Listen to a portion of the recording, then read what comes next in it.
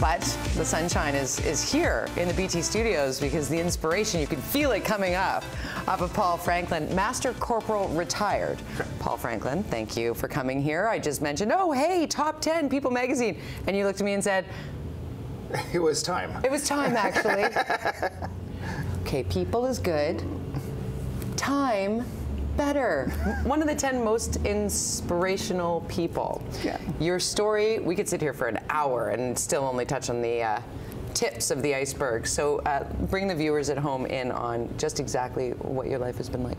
Well, I joined the military when I was 30. I did 2 tours in Afghanistan, Kabul, and then Kandahar. And then just towards the end of my Kandahar tour, literally 5.5 months into the tour of a 6-month tour, so 2 weeks left, we're driving a diplomat from one place to another, and I was kind of like the VIP driver as well as medic.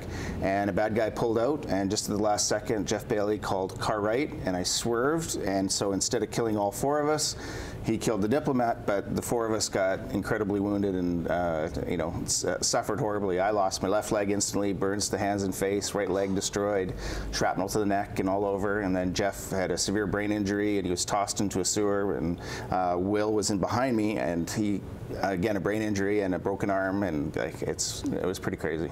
Okay, so Paul, in doing the research on this and the fascinating discussions that have happened prior to you being here, how can you say that that time and that year was the greatest year of your life? Because it was a new year. It was like being born again. I should be dead.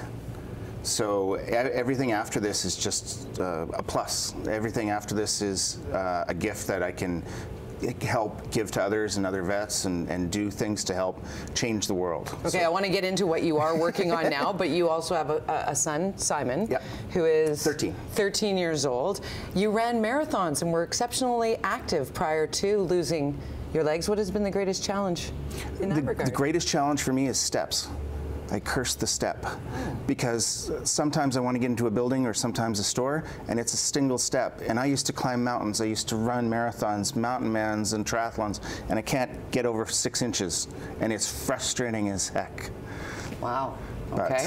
I have goosebumps on that one. We take those steps for granted. We do, oh yeah. And in a city like this, where there's a lot of older buildings, even when they do renovations, they tend not to do something for the handicapped or the disabled in some way. So you go to an old pub and the bathroom's in the basement. And you're like, so for me to have a drink with friends, I can only have 1 or 2, and then I gotta go. Because you got to go. I got to go. Yeah, okay, so we've got a bunch of photos I want you to walk us through. I have not seen these pictures, so let's just, Al, just bring these in here. What are we looking at? I was doing some sledge hockey, and we were just practicing some ways to do sledge hockey and stuff. And of course, you get to see the great rims on the chair. I mean, you got to look cool, right? You got to look the part. Come on. Exactly. Totally. And this is the day after I got out of the hospital in 2006, and it's walking my son to school. Oh. So I blew up in January 15th, 2006. I did 26 surgeries in a month, and then I learned to walk within 2 months from that. So that's about April.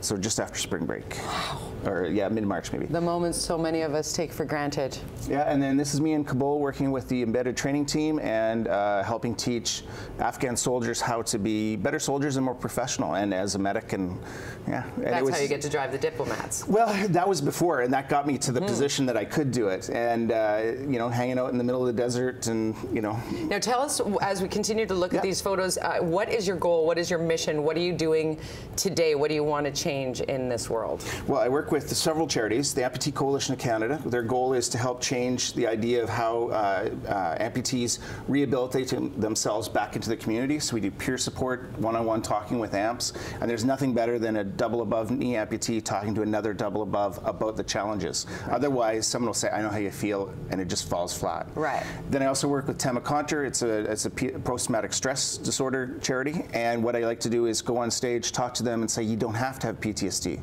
You can go through life and be very, very successful. You can just work with it and use these as challenges instead of having to fall down a very, very dark path. Right, rather than because it can be a disease that spreads. Yeah. Exactly. The more it's taught, the more it's done, and the more you surround yourself, it can actually get worse. Even if it's not even there, that can become worse. And you're creating places for those who are coming back, our service people who are coming back, to go to if they are injured. Yeah, and then there's Valor House, and I think it's Victory Place here in the West Coast, and the idea is to help them come back and integrate. And the hospitals themselves, after about 8 weeks, they're going to push you out. So like Ronald McDonald House, this is a place for the families and you to go to the next level. Get used to the new reality, to the new year, to the new you. Exactly. And then finally, the fourth charity is the Heroes Hockey Challenge. Right. And what we're doing is raising money for Western soldiers, which is great. And it's all the militia and it's the Reg Force guys. And we're having NHL players play, or retired NHL players play soldiers. And it's going to be in Abbotsford. So pair of tickets to give away right now. Contest at btvancouver.ca. Subject line, Heroes Hockey Challenge. Paul, wow. I could spend the whole day talking to you. I lost count of the goosebumps, did you? We're going to take a quick break here on BT, wrap things up for you in just a moment. Fantastic story. Wow.